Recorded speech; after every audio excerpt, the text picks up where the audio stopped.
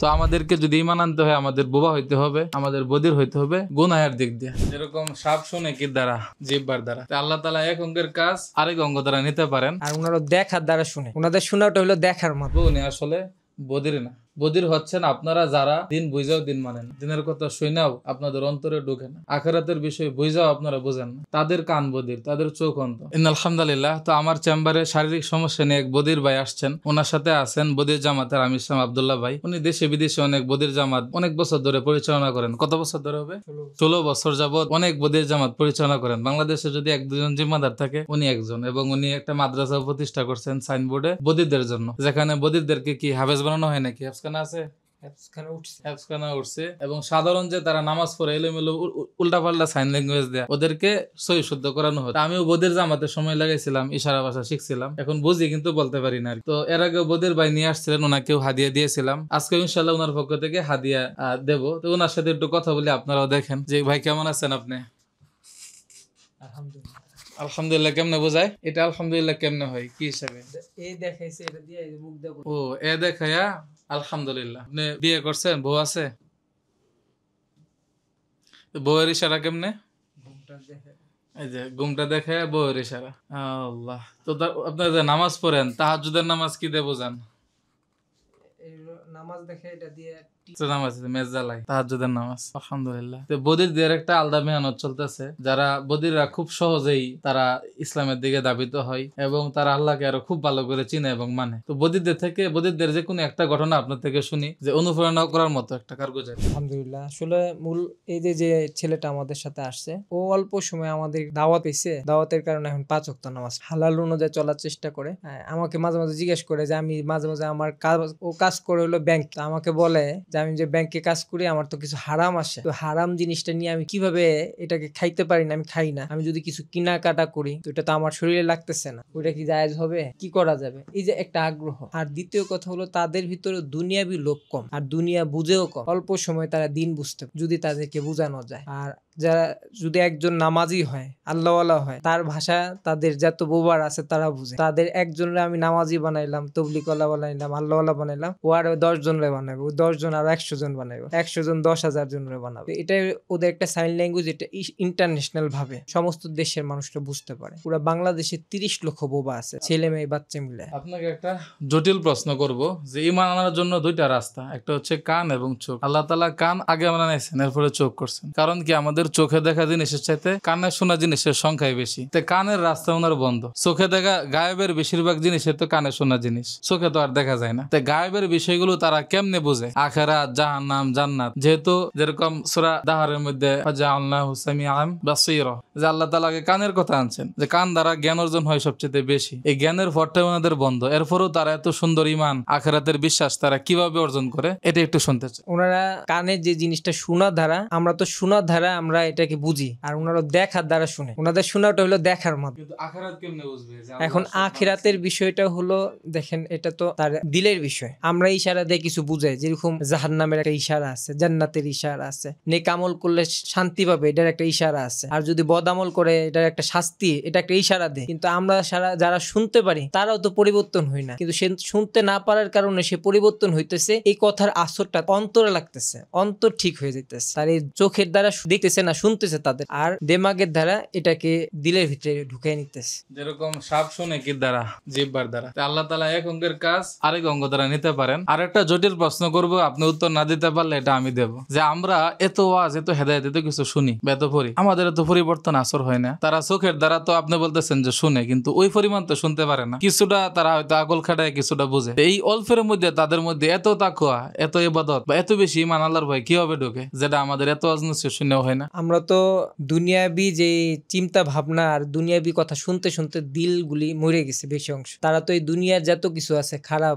গীবত শিকায়েত বলেও না, শুনেও না, মিথ্যা চকুলখুরি ইত্যাদি যত কথা মুখ দেয়া, যেটা দ্বারা আমাদের ভিতরে অন্তরে যেটা লাগে, এটা তাদেরটা না থাকার কারণে এবং না শোনার কারণে এই সমস্ত জিনিসটা তাদের, এবং পরিষ্কার থাকে দিলটা। আর এই দিল পরিষ্কার থাকার কারণে অল্প কথাতে তাদের আসর, এটা আমি আমার উপলব্ধিতে বুঝতে পারছি। আপনি যদি জবাব না দিতেন তাহলে আমি এটাই দিতাম। যেহেতু কিন্তু তারা গুনাহ করে না, তাদের দিল থাকে অনেক নরম, অল্পতে আসর হয়ে যায়, কারণ হেদায়েত তো আল্লাহ তাআলা দেন। আমরা দুনিয়াবি ফায়াসাত বিভিন্ন খেলতামশা থেকে আমাদের হাসি ঠাট্টা করে অন্তর শক্ত হয়ে যায়। এই হেদায়েতের করা বাণী আমাদের দিল পাথর, যে পাথরের মধ্যে পানি যেরকম জমে না, এরকম জমে না, ওনাদেরটা হচ্ছে নরম মাটি, যা অল্প পানি পরে তাই জমে যা, তা দিয়ে তাক হয়ে যায়। তো আমাদেরকে যদি ঈমান আনতে হয়, আমাদের বোবা হইতে হবে, আমাদের বদির হইতে হবে গুনাহের দিক দিয়ে, যে এরকম নেকিও করলাম গুনাহ করলাম, দুটো একসাথে মিশ্রণ হয়ে যায়। এজন্য আমরা ঈমানের স্বাদ পাই না। যদি গুনাহমুক্ত ভাবে ইবাদত করা যায়, তখন তাকওয়া ঈমানের স্বাদ পাওয়া যায় এবং ঈমানটা বাড়ে। ইন্নাহুম ফিতয়াতুন আমানু বিরাব্বিহিম ওয়াজিদনাহুম হুদা, হেদায়েত বাড়তেই থাকে। তো আরেকটা প্রশ্ন করব,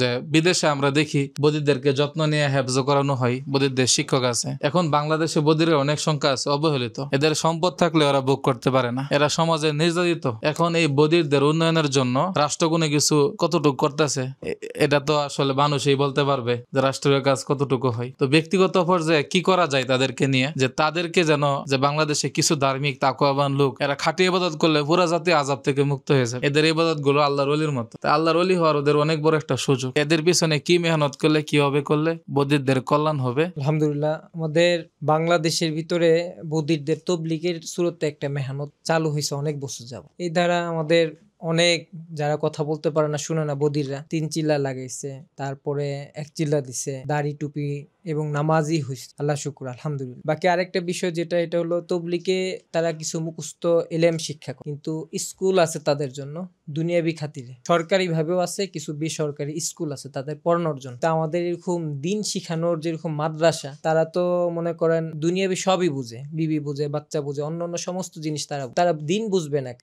আমি একটা ছোট কার বুঝেরই শুনে, আমি নোয়াখালীতে বদিরদের জামাত নিয়ে গেছি। নোয়াখালী জেলা মসজিদের খতিব সাহেব জুম্মার আগে, আমি মাওলানা সাহেব আমার সাথে গেছে, জুম্মার আগে আমি এক বদিরে নিয়ে 2 জন বদির সহ তার সাথে সাক্ষাতে গেছি। কোনো জায়গায় গেলে জুম্মার নামাজের আগে খতিবদের সাথে একটু সাক্ষাৎ, তাদের একটু কারগুজারি শুনে। আমাদের নোয়াখালী বড় মসজিদে গেছি, জেলা মসজিদে, আমি একটু কারগুজারি শুনেলাম ওনারা কি কি শিখছে। উনি আমার একটা প্রশ্ন করছে, যেটা আমাদের হযরত আমার প্রশ্ন করলো না কয়েকটা, উনি একটা প্রশ্ন করছে, আচ্ছা এই যে বোবাটা ইশারা দিল আর আপনি যে কত সুন্দর সুন্দর কথা কইলেন, এটা কি আপনি কইলেন নাকি ও বানায় কইলেন, নাকি না আবল তাবল কয়ে নিলেন? ও তো আত্মেই লড়াইলো আর আপনি কত সুন্দর কথা কইলেন। তা আমি তার উত্তর দিলাম যে হযরত বেয়াদবি না নিলাম, একটা উত্তর দিতে চাই, বলেন। আমি বললাম, দেখেন তারা বিয়ে বুঝে, বাচ্চা বুঝে, তারা চাকরি করে, চাকরি বুঝে, ব্যবসা বুঝে, তারপরে দোকানে যায়, কেনাকাটি বুঝে, রাস্তা যায় চলাফেরা করে, গাড়িতে কোথায় যাইতো এটা বুঝে। আর তারপরে বললাম যে দেখেন, তারা এত কিছু বুঝার কারণে খবরের সময় সরকার তাদের জন্য একটা ছোট একটা জায়গা করে দিচ্ছে, হাতের ইশারা দেয়। হ্যাঁ, আমি কই দেখেন স্কুল কলেজ বুঝে তারা পড়াশোনা করে, আর এই যে খবরের সময়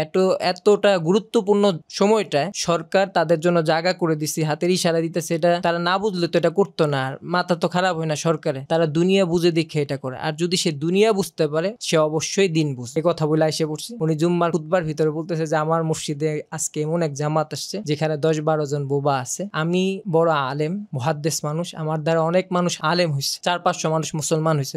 ওনাদের উপরে মেহনত। উনি বলছে যে আমার আজকে একটা ধাক্কা লাগলো যে আমাদের মুসলমানদের ভিতরে একটা তবকা আছে, একটা শ্রেণী আছে যারা কথা বলতে পারে না, শুনে না, তাদেরও যে দিন দরকার, আখিরাত দরকার, এটা আমার ধারণাই ছিল না। যদি আল্লাহ আমাকে জিজ্ঞেস করে তাদেরকে দিন শিখানোর জন্য তুমি কি করছো, আমি কি জবাব দিব? এটা ভাই সবার জন্য। আসলে এই যে যারা আছে বাংলাদেশের ভিতরে, ধরেন 30 লক্ষ না হলে 5 লক্ষ আছে, তাদেরকে দিন শিখাবে। তারা তো কানে শুনতে পারে না, কিন্তু আমি তো শুনতে পারি, তাদেরকে শোনানোর দায়িত্ব তো আমার।